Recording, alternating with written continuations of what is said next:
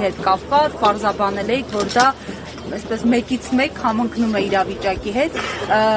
ինչու միջազգային արձագանքը այս պահին ադեկվատ չէ, համարժեք չէ։ Այդ պարագայում, եթե ձեր նկարագրած սիտուացիան է իսկապես։ Եթե թույլ կտաք, մի հատ նորից անդրադարձ կատարեմ գրառմանս, ինչ է այսօր տեղի ունենում, այսօր դատաքննություն է Սամվել Կարապետյանի խափանման միջոցի երկարաձգումը քննելու, այսինքն կալանքը երկարաձգելու վերաբերյալ։ Սամվել Կարապետյանը մոտ 4 ամիս է արդեն ապօրինաբար ազատազրկված է եւ Սամվել Կարապետյանը դասական քաղաքական բանտարկյալ է։ Դա իմ եզրահանգումը չէ, ես տվել եմ Եվրոպայի խորհրդի խորհրդարանական վեհաժողովը 2012 թվականին ընդունել է 1900-րդ բանաձևը, որով տվել է քաղաքական բանտարկյալ հասկացությունը։ Քաղաքական բանտարկյալ հասկացությունը ունի 5 կոմպոնենտ, ու եթե դրանցից թեկուզ մեկի առկայությունը կա, մարդը համարվում է քաղաքական բանտարկյալ։ Օրինակ, Եվրոպական կոնվենցիայի իմաստով մարդու իրավունքի իրացումը սահմանափակելու նկատառումով են նրա նկատմամբ խափանման միջոց կիրառել։ Այս դեպքում ինչ է տեղի ունեցել, Սամվել Կարապետյանը իր խոսքի ազատությունը իրացնելով, հաշվի առնելով մեր երկրում եկեղեցու դեմ հետապնդումները, ընդամենը 2 րոպեանոց հարցազրույց է տվել եւ ասել է, որ կանգնելու է եկեղեցու կողքին իր ձևով, մեր ձևով եզրույթներն է ասել, անմիջապես դրանից հետո մարդու նկատմամբ իրավական գործընթացներ են մեկնարկել։ Այստեղ ակնհայտ է քաղաքական նպատակաուղղվածությունը, որովհետև էլի տեսական ակնարկան եմ, երբ մարդը խոսք է ասում, իր խոսքը հանցակազմը ընդհանրապես 4 բաղադրիչ ունի. օբյեկտ, օբյեկտիվ կողմ, սուբյեկտ, սուբյեկտիվ կողմ։ Մենակ երբ նույնը Միքայել Սրբազանի պարագայում, եթե մարդը ինչ-որ հարցազրույց է տալիս ու ինչ-որ եզրահանգում է կատարում, բավարար չէ մարդու խոսքը։ Պետք է իրավապահ մարմինները բերեն փաստական հանգամանքներ, որ այդ մարդիկ իրենց խոսքին ուղղված կոնկրետ գործողություններ են կատարել։ Այս դեպքում Սամվել Կարապետյանը ասում է, մեր ձևով կմիջամտենք, իրավապահ մարմինները անգամ ձևական առումով ժամանակ չեն տրամադրում, որպեսզի կարողան ենթադրելի լիներ, որ այս մարդը իր խոսքերին ուղղված կոնկրետ գործողություններ է կատարել։ Կատարում է վարչապետը, գործադիր իշխանության ղեկավարը, անմիջապես Facebook-յան գրառումներ, իրավապահ մարմինները ուժի ցուցադրելու նպատակով գնում են մարդու առանձնատուն խոզարկություն իրականացնելու միտումով,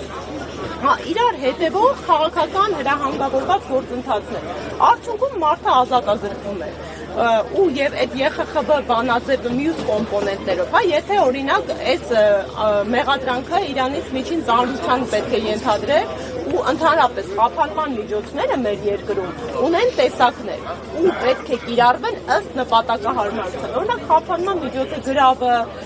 վարչական վերահսկողությունը, տնային կալանքը ու դրանցից ամենածանրն է կալանքը։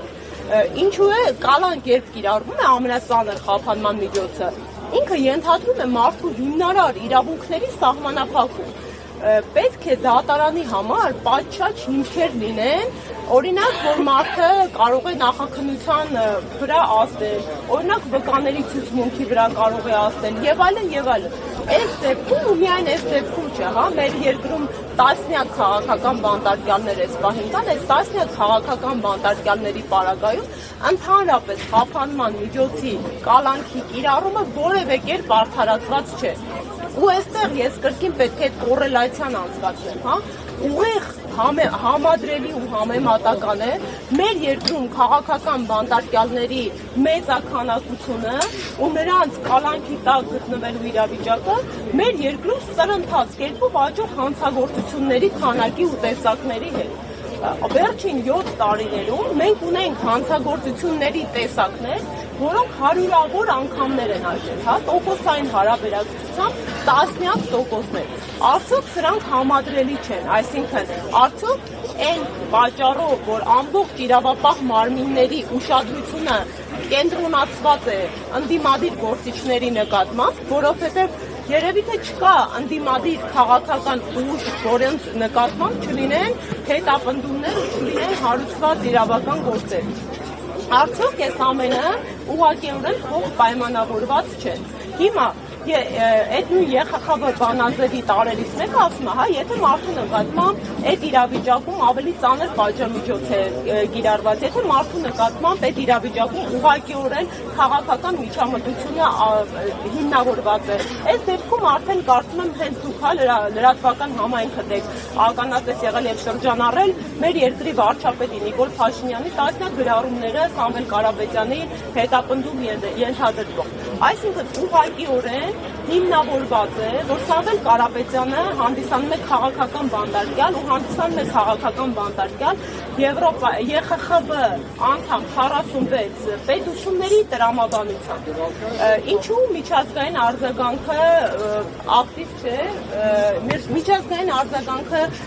կարծում փակ դռների հետևում, ինչու ոչ նաև արդեն ներառված մեր միջազգային իրավունքի մասնագետների գնահատմամբ կարծում ինքներդ ներկայ եք Ռոբերտ Ամստերդամի ասուլիսին առաջի փաստաբանը չէ, հա, մենք նաև ունեցել ենք Ռուբեն Վարդանյանի դեպքը ու սա էլ արձանագրենք, որ Հայաստանի հետ սերտ կապ ունեցող Հայաստանից ցանկացած երկու աշխարհում մենք միլիարդատեր ունենք, ովքեր Forbes-ի ցուցակում գրանցված են, ու երկուսն էլ այս պահին դա մեր պատմական ամոթ ու ողբերգությունն է, որ գտնվում են անազատության մեջ, մեկը Բաքվում, մյուսը մեր հայրենիքում Հայաստանում։ Ինձ բազմաթիվ գործընկերներ են զանգահարել Սամվել Կարապետյանի ապօրինի կալանավորման գրվագից հետո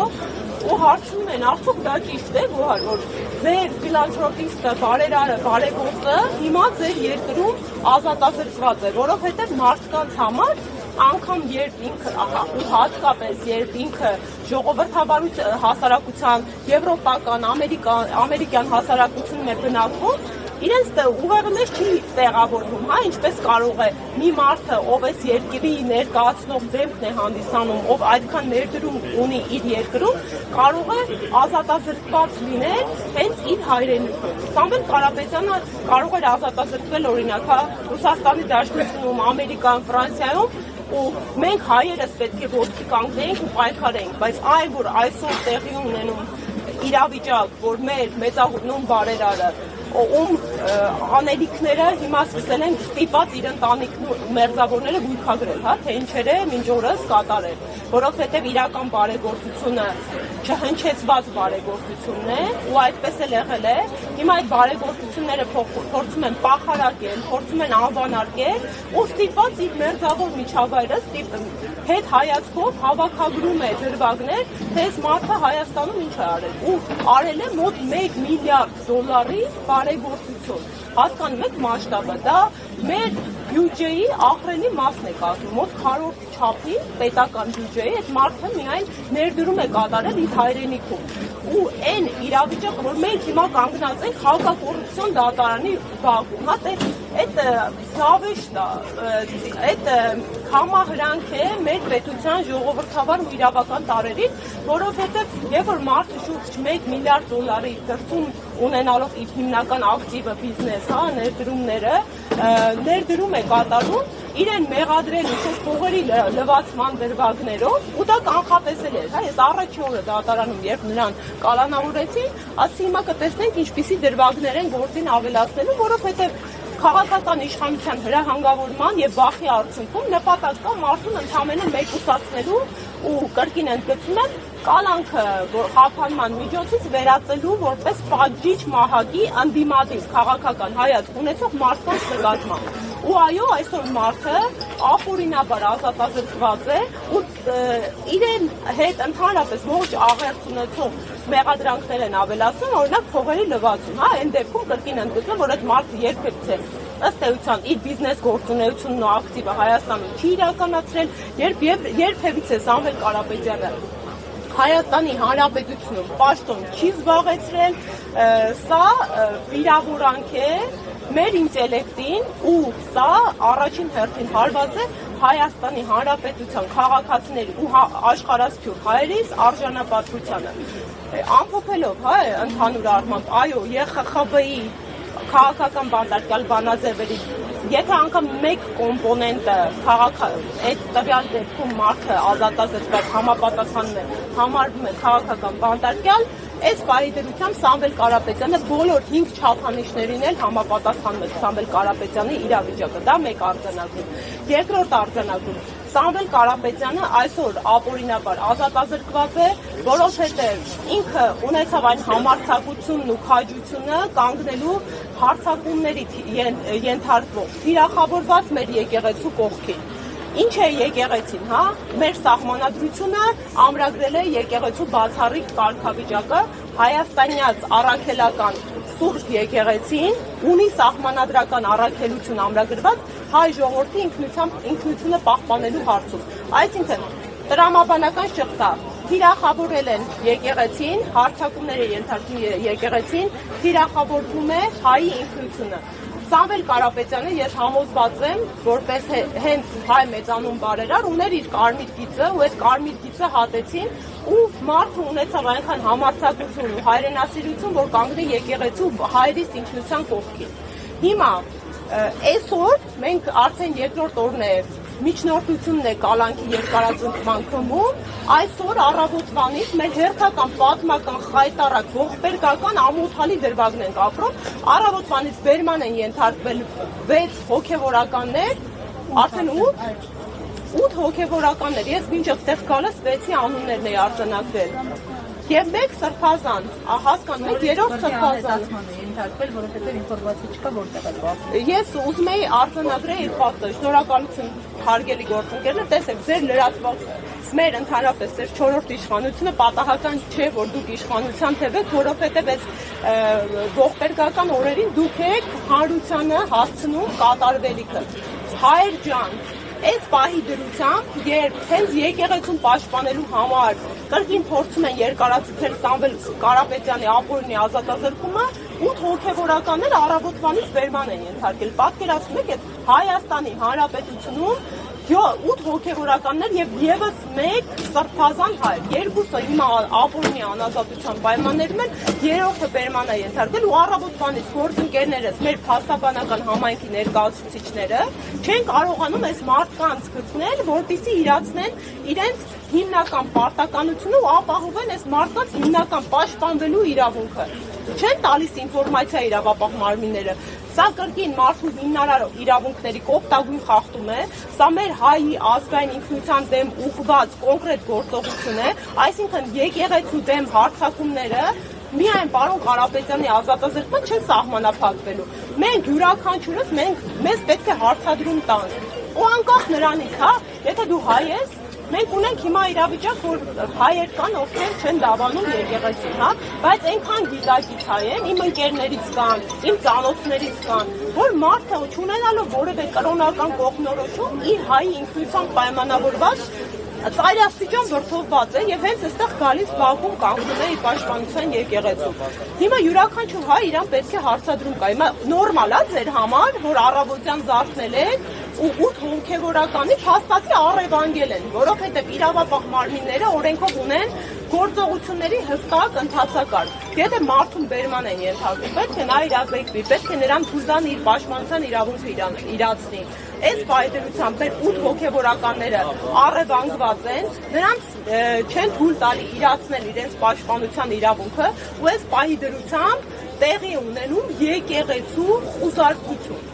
Այս ամենը մտնելու է հայոց պատմության մեջ որպես մեր ողբերգական ամոթալի խայտարակ էջեր, ու մենք լինելու ենք այն անփառունակ սերունդը, ովքեր թույլ են տվել, որ իրենց օրոք այս խայտարակ ապօրինությունները տեղի ունենան։ Ես հիմա կրկնեմ, հա, այդ միտքը, մենք իրավաբաններս հիմա մարտիկներ ենք առանց զենքի մարտի դաշտում ու չենք նահանջում, որովհետև մեր թիկունքում ինչքան էլ որ մենք անձեն ենք ու հարվածներ ենք ստանում, շատ կարևոր արժեքներ են, հա, մեր մասնագիտական արժանապատվությունն է, որովհետև նորմալ չի, որ իմ երկրում հիմա մարդուն զուտ երկու խոսքի համար բերեն եւ 4 ամիս ազատազրկեն։ Նորմալ չի, որ իմ երկրում սրբազան հայրեր են ապօրինաբար դատվում, նորմալ չի, որ իմ երկրում այսօր 8 հոգևորական, ես արթնացել եմ, բնականon կյանքս եմ փորձում վարել, բայց 8 հոգևորականների առևանգել են իրավապահ մարմինները ու մենք չգիտենք ինչպես կազմակերպել իրենց պաշտպանությունը։ Նորմալ չի, որ իմ երկրում, երբ սրընթաց հանցագործությունների աճ է գրանցվում, եկեղեցին խուզարկում են։ Այս ամենը նորմալ չի ու ամեն հայ պետք է իրան հարց տա, այդ իրա նորմալ չի սահմանը որնա ձեր կարմիր գիծը։ Երբեք դուք ոտքի կանել, որովհետև երբ արդարադատությունը այսքան նահանջում է, իրավունքի գերակայությունը այսքան անկում է ապրում, դուք չեք կարողանալու ճողոպրել։ Մի օր այս արդարադատության երկակի ստանդարտների ու այդ ընտրովի արդարադատության համակարգը դառնալու է նաև ձեզ ու դուք դառնալու եք դրա շահառուն ու այդ ժամանակ ոչ ոք չի լինելու բարձրաձայնելու ձեր խնդիրը կամ պաշտպանելու ձեր իրավունքը։ Ես այստեղ եմ ի զորակցություն ու ցպահանջ արդարադատության։ Ես այստեղ եմ ու մշտապես լինելու եմ մինչև մեր երկրում իրավունքի գերակայությունը չվերականգնի ու մինչև մեր սահմանադրության ճշմարտություններն ու ամրագրություններն առեն, որ մենք իրավական ու ժողովրդավար պետություն ենք, չվերականգնեն իրենց ի սկզբանե դիրքին ու ձիրքին։ Հասկանալի է դեպս եք։